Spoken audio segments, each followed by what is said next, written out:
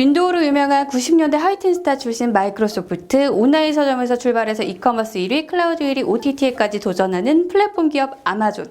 출발부터 다른 두 회사가 클라우드에서 치열한 접전을 벌이고 있습니다.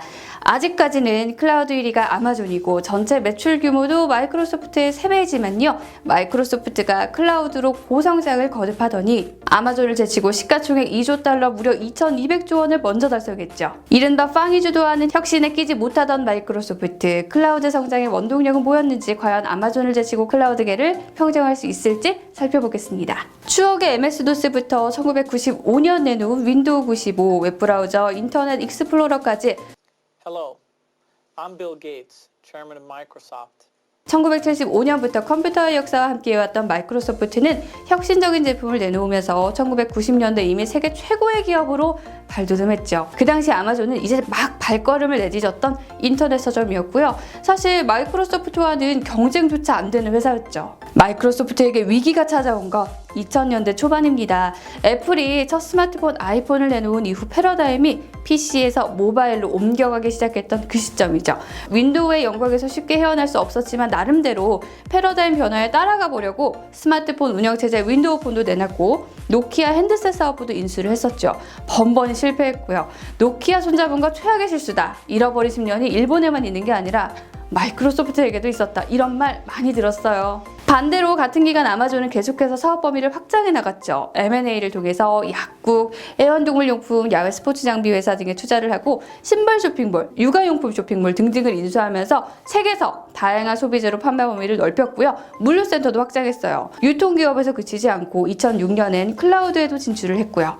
아마존의 주가는 마이크로소프트가 고전을 면치 못하던 이 기간에도 상승을 거듭하죠. 시가총액은 거의 수직 상승에 매출액도 꾸준히 늘었지만 영업이익은 그대로일 만큼 지금까지도 투자를 많이 하다 보니 격차는 더 커져가고 있었고 결국 2019년 우리는 이런 기사를 보게 됐죠. 자, 이런 배경이 있었기 때문에 마이크로소프트가 다시 아마존의 자리를 재탈환한 게 인상 깊을 수밖에 없는 겁니다. 사실 마이크로소프트가 클라우드에 투자를 본격적으로 시작한 건요 2010년이에요. 경쟁사인 아마존보다 한 4년 늦게 시작한 후발주자였죠. 많은 분들이 지금의 CEO가 오고 나서야 클라우드를 시작했다고 생각을 하시지만 사실 훨씬 이전부터 소프트웨어에서 웹 기반 서비스로의 사업 확장에 대한 고민은 하고 있었던 듯 싶어요. I mean, quite frankly, it's sort of the guy who gave me permission to do all this was Steve Ballmer. 나델라도 인정을 했어요. 클라우드에 집중할 수 있었던 건 다 스티븐 발머 덕분이다 라고요. 2014년 마이크로소프트가 고전을 면치 못하던 시기 CEO가 된 나델라가 더한 게 있다면 다른 모든 사업 모델에 대한 가지치기를 한 거, 그리고 클라우드를 더 완성도 높게 본궤도에 올려놓은 것이죠. CEO가 된 지 2달 만에 이름을 윈도우 엣저에서 마이크로소프트 엣저로 바꾸고 스티븐 발머가 사왔던 노키아 피처폰 사업도 매각했습니다. 운영체제는 더 이상 우리에게 가장 중요한 사업 모델이 아니다 라고 말할 만큼 과감하게 클라우드로 방향성을 틀었고요. 자, 그렇게 클라우드에 매진한 결과 2016년 8%에 불과하던 엣저의 점유율은 2019년 기준으로 22%까지 커졌고 2021년 1분기 기준 매출이 AWS와 구글 클라우드를 합한 액수를 뛰어넘었습니다. 클라우드를 어떻게 키웠냐를 보기 전에 우선 클라우드가 뭔지부터 잠깐 살펴보면요. 쉽게 빅데이터 하는데 이걸 저장할 서버를 우리 개인이 일일이 만들기보다 빅테크가 가지고 있는 서버를 빌려 쓰는 개념입니다. 분류 방법에 따라 IaaS, PaaS, SaaS로 나눠지는데 요리를 하는 걸로 비유해보면 이 I자 붙은 거는요. 장소만 빌리고 가스레인지부터 나머지 도구는 다 사야 하는 거고요. PaaS는 그런 기본적인 도구들은 있고 요리 재료만 사면 되는 개념. SaaS는 아예 요리를 해다 주는 개념이라고 할 수 있습니다. 또 퍼블릭 클라우드와 프라이빗 클라우드, 하이브리드 클라우드로 나뉘기도 하는데 퍼블릭은 같이 클라우드 나눠 쓰는 거, 프라이빗은 금융회사나 정부같이 각각 클라우드를 구축하는 개념, 하이브리드는 이 둘을 섞는 개념을 말합니다. 자, 그럼 다시 본론으로 돌아와서 마이크로소프트 클라우드가 이렇게 빨리 시장에서 성장할 수 있었던 배경 첫 번째를요. 저는 사티아 나델라의 리더십으로 꼽아보고 싶습니다. 개방과 공유. 사실 말은 쉽지 기업 입장에서 경쟁사와 막 파트너십 맺고 키워주고 하는 게 쉬운 일은 아니거든요. 사티아 나델라의 이런 성향이 가장 잘 드러나는 게 2018년 개발자들의 오픈소스 공유 사이트 GitHub 인수가 아닌가 싶어요. 나델라는 스티븐 발머가 암덩어리라고 불렀던 리눅스에게도 뜬금없이 이렇게 하트를 날리기도 하고 레드햇, SAP 같은 경쟁업체들과도 파트너십을 맺는 걸 주저하지 않았습니다. 오픈소스를 끌어안고 경쟁자들 품에 안긴 유저들까지 사랑으로 품어서 데려오겠다. 이런 의지였죠. 클라우드의 한 전략으로 택한 게임 플랫폼을 만들어 나가는 이 과정만 봐도 그래요. 요즘 게임들 정말 이렇게 머리카락에 주름살까지 표현하는 걸 보고 저 깜짝깜짝 놀랄 때 많은데 이 정도 게임 플레이 하려면 컴퓨터 사양 기가 막혀야 되잖아요. 게임에 올인하는 회사라면서 아예 오리지널 콘텐츠 전략으로 게임을 막 8조 들여서 사버리고 그렇게 게임 30개 출시한 이유는 뭐 클라우드 게이밍 자체가 막대한 데이터 트래픽을 갖고 오고 이게 애처 점유율 상승에 기여할 수 있어서라는 건 알겠는데요. 2001년 만든 콘솔, 엑스박스가 이제 뭐 없어도 된다 이런 뉘앙스예요. 콘솔 매출이 줄어들 건 뻔한데 말이죠. 게임 패스만 구독하면 어디서든 게임할 수 있게 해주겠다면서 PC에서도 폰에서도 쓸 수 있는 하드웨어 스틱도 개발 중이라고 하고요. 스마트 TV 제조사들과 협력을 해서 TV에 게임 패스 서비스 기능을 내장하는 것도 논의하고 있습니다. 한국에서 SK텔레콤과 제휴해서 클라우드 게임 서비스 하고 있고요. 콘솔 시장으로 버는 것보다는요. 모바일과 PC로 게임 시장 크기를 확 키우는 게 더 이익이라는 판단이었겠지만 그가 가진 기본 철학이 잘 드러난 전략이 아닌가 싶습니다. 자율주행에서도 그래요. 아마존도 구글도 애플도 자체 자율주행 개발하는데 그런 건 모르겠고 우리는 클라우드만 제공할게. 우리는 ADAS 있어 라면서 내 거 안 키우고 같이 하는 파트너 GM에 2조 투자하고 폭스바겐이랑 협력을 합니다. 그래서인지 폭스바겐은 원래 아마존 AWS 쓰고 있다가요. 마이크로소프트로 옮겨왔어요. 자율주행 시장에서 누가 승리하든 클라우드 점유율 1위를 할 수 있다는 것 뒤에도 개방과 공유 정신이 깔려 있지 않나 싶습니다.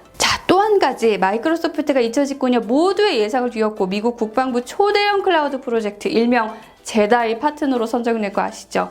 이건 클라우드에 집중하면서 먼저 내놓은 하이브리드 클라우드 애저 스택 덕이라는 분석도 있어요. 자, 우리만 해도 클라우드에 뭐 올리려고 하면 혹시 누가 들어와서 정보 빼가지 않을까? 뭐 이런 고민하잖아요. 하물며 정부, 그것도 국방부 입장에선 더 걱정이 크겠죠.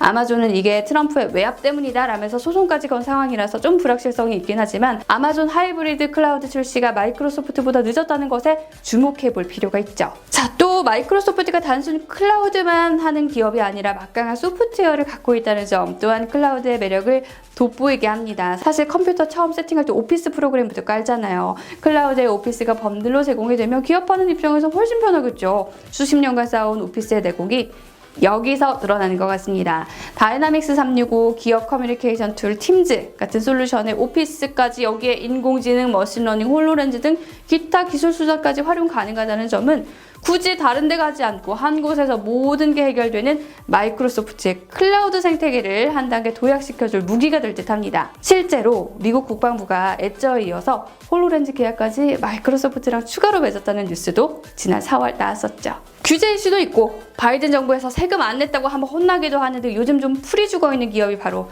아마존.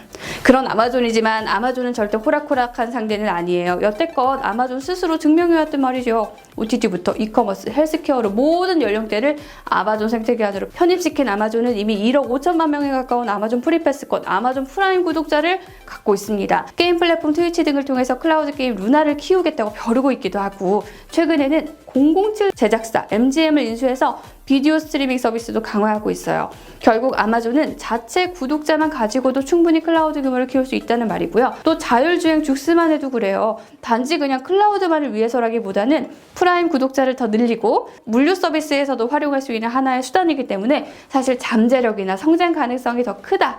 그래서 아마존에 베팅을 하는 사람들도 있을 것 같아요. 또 한 가지 더는요. 제프 베조스 뒤를 잇는 차기 대표가 클라우드의 강자, AWS 대표인 앤디 제시라는 점에 주목해봐야겠네요. 시장에선 클라우드를 다음 성장 동력으로 낙점했다는 얘기가 벌써부터 나오고 있는 상황이거든요. 아마존을 이기는 게 여러 면에서 쉽지만은 않을 것 같습니다. 빅데이터가 중요해지는 4차 산업혁명의 시대에 모든 건 결국 데이터 싸움이고 데이터를 관리해주는 클라우드는 마이크로소프트의 제2의 전성기를 열어줄 사업 모델이 아닌가 싶습니다.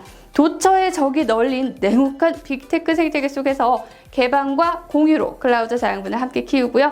오리지널 콘텐츠 전략으로 게임을 키우며 빠르게 1등을 따라잡는 전략을 쓰고 있는 것 같은데 마이크로소프트의 전략은 과연 먹힐지 아니면 아마존이 계속 초격차를 이어나갈지 궁금해지는 대목입니다. 자, 여러분은 클라우드 시장 최후의 승자 어디로 보고 계신가요? 댓글 많이 남겨주시고요. 자, 오늘은 저는 이만 인사드릴게요. 안녕.